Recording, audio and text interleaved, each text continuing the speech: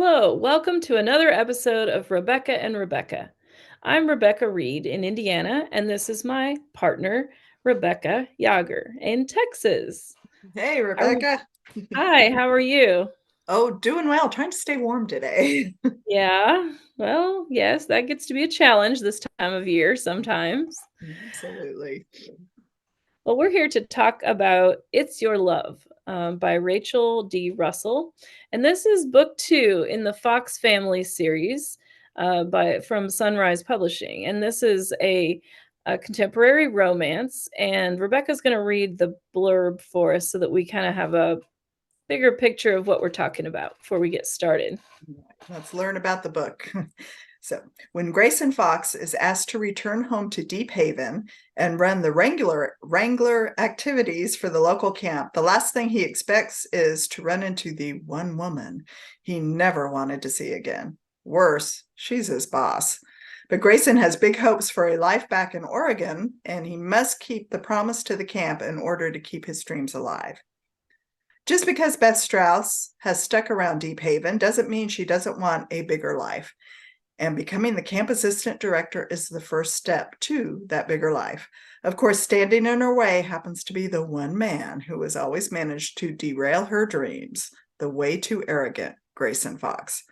But if they want to keep the camp afloat and their dreams alive, the two must learn to work together. But will these enemies become sweethearts? And if they do, will they find something even better than the dreams they're striving for? So again, this is book two of the Fox Family series. And so let's dig into Grayson and Beth. So what were your overall impressions? Well, overall, I really enjoyed this book. I didn't get to listen to it on audiobook, so that was very kind of a sad for me.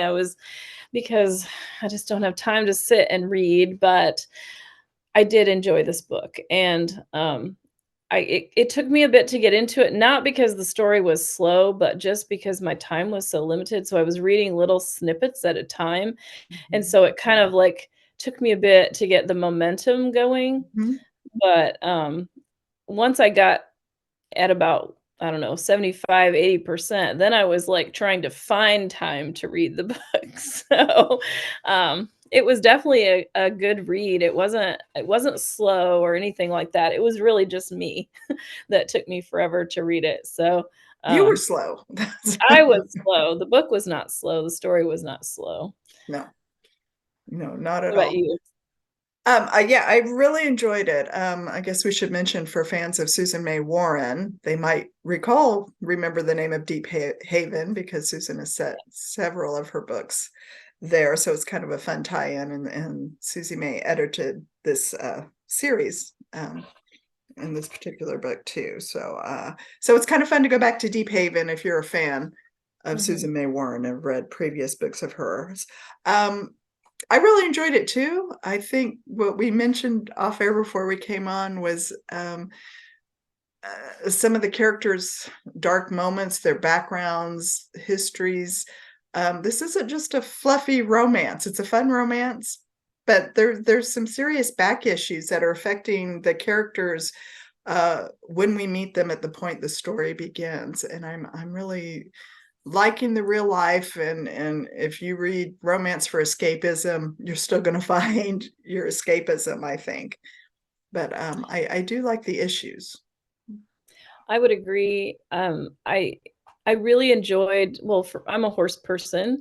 So if you're a horse person, you will have to read this book because there's really authentic horse tie-ins here. And it's not just your person who's like kind of doesn't really know anything about horses and they're trying to write about horses. This author knows horses and you can tell, but she also keeps it, if you're not a horse person, not a rider, you can still understand everything. Mhm. It wasn't confusing, but she incorporates a lot of really subtle details that a person who's been around horses for a long time is gonna really appreciate. The personalities of the horses really come through. They all have a different unique personality. I mean, there's really, like, 3 or 4 horses that are kind of focused that she focuses on, and each of them is very unique, very different, kind of represents a different type of animal, and, they do a lot of riding and doing things on horseback, so if that's something that you enjoy, or if you've ever been, camping with horses or trail riding, that kind of thing, you're gonna really love it. So that's just a plug for people who are like me and really enjoy that side of things. Um, I also thought, that she did a great job of not letting that part take over the story. It's a very well written um enhancement to the story, but it doesn't take it over. Mm-hmm. Well, again, we've liked in the past, towns that have become a character in the story. And in this sense, the camp is almost a character. It's what brings them together and what they're striving to keep afloat. And the horses and their different personalities are all part of that just adds, the extra depth, I think, to the story. And yeah, and the camp really gives them problems that they have to overcome and work together, so it really forces the proximity, and you talk about those some of those romances that use that forced proximity.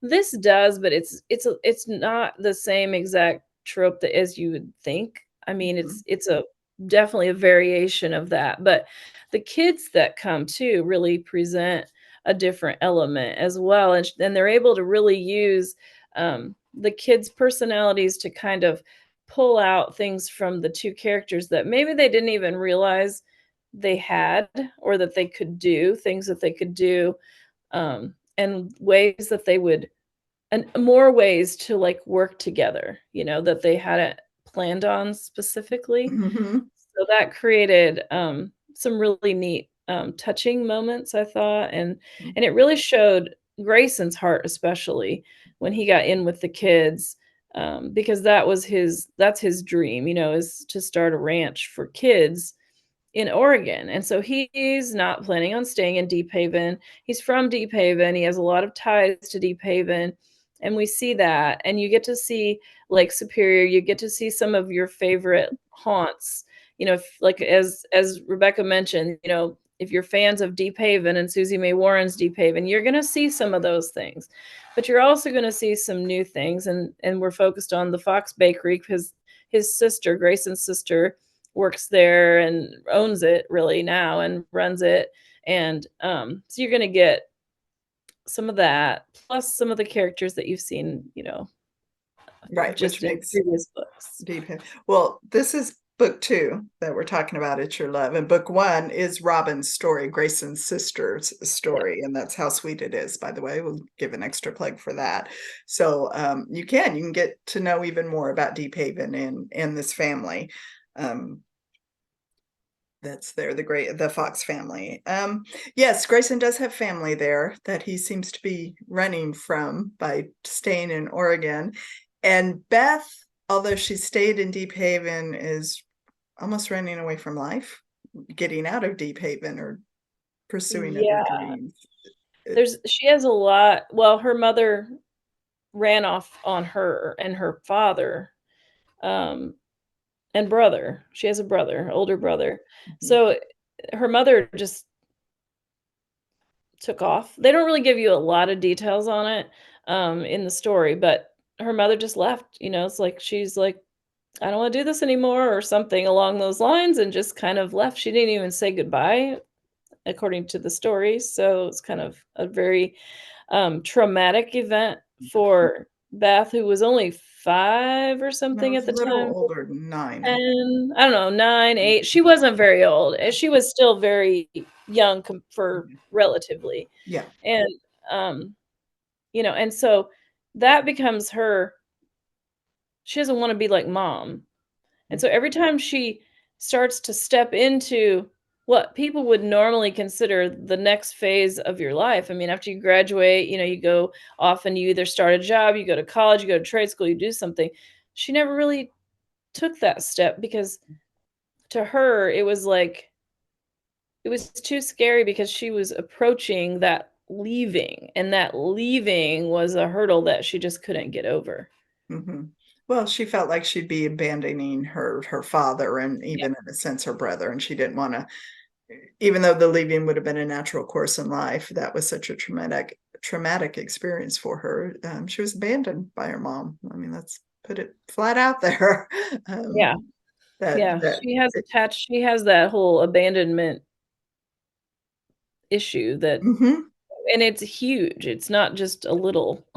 It's, like, it's led her entire life has revolved around that idea of, "I can't leave them, I have to take care of them, I have to stay here, I have to," and she's put that on herself. She has, and it's almost the extreme that she's does so much for others, trying to it's like she's making up for mom leaving or whatever. She is just Yeah, so outwardly focused that she's not doing much for herself true, is yeah. is how I read it. And then Grayson, on the other hand, is also kind of outwardly focused, but doesn't want to come back to heartbreaking memories. I don't want to give away the story. It's so hard to talk and not give away the spoilers and but has a heartbreaking past. And so coming back to Deep Haven, he has to face and confront those memories there.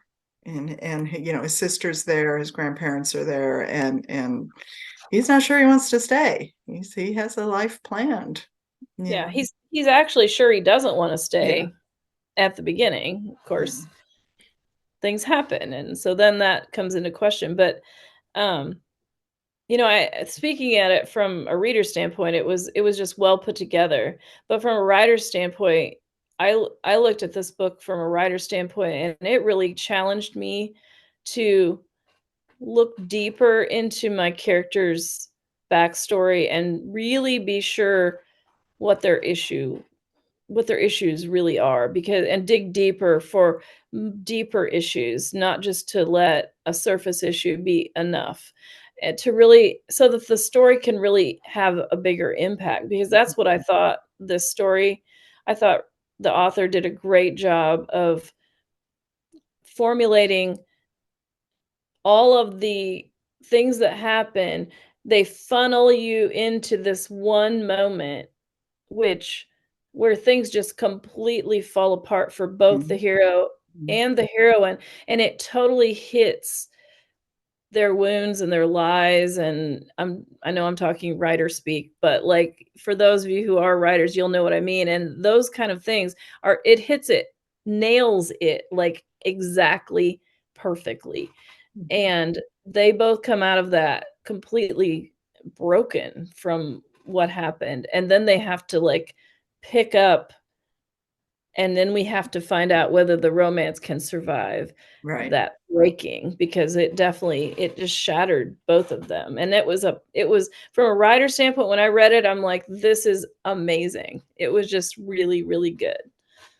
Well, and as a reader, so as a writer, but and as a reader, the same goal. We want to be emotionally swept away. So we want to write the stories that will take our characters on the journey, and for our readers, they're just swept away and caught up in the story and touching their emotions in a deeper way. And you do that by having deeper layers within your characters.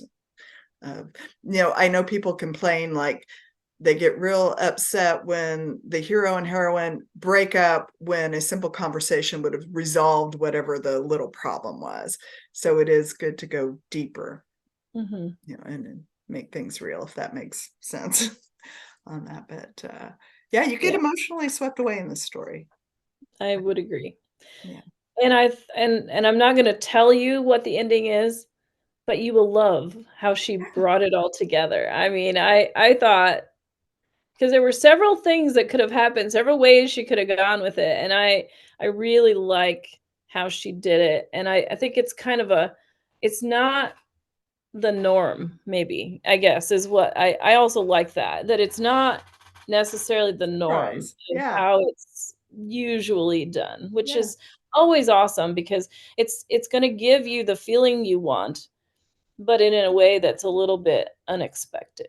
Hmm. It's a little bit of a twist and a little bit unexpected, which makes this just all the more fun as a contemporary romance book. Mhm. So yeah, thoroughly enjoyed it. I think it is a good one for writers to study, to look at the characterization of it all, but it's a great one for readers to get emotionally caught up and swept away in this story. And back to your horses, I've ridden horses, but don't know, haven't been around them. And yes, I live in Texas, but we don't, yeah. I don't live on a ranch and stuff. So I could relate to the horse. I mean, understand enough. There was one piece of equipment I didn't know what it was, but that didn't bother me in the story. I knew they were saddling up the horses, Yeah. and doing that. I loved the camp aspect of it too, and talking about the trail rides and kind of what it takes to run a camp. You don't think Yeah. about that as much. Yeah, So it was interesting, and I think so too. I think, and I like how she didn't gloss over all the mundane tasks that they had to do because, you think of, horse camp and it's like, "Oh, you gotta deal with the horses," but no, it's way more than just that, and I thought this story does a really good job of, like, kind of sharing all of the little back behind the scenes things that have to happen for the camp to even be allowed to open and be functioning and survive, so it was really good. yeah, and none of that dragged down the story. In fact, it added to the whole picture you see in your Mhm. mind as you're reading this story. The vivid images come up. So I thought she did that well too. Yeah. Yeah, how to do the details without dragging down the story.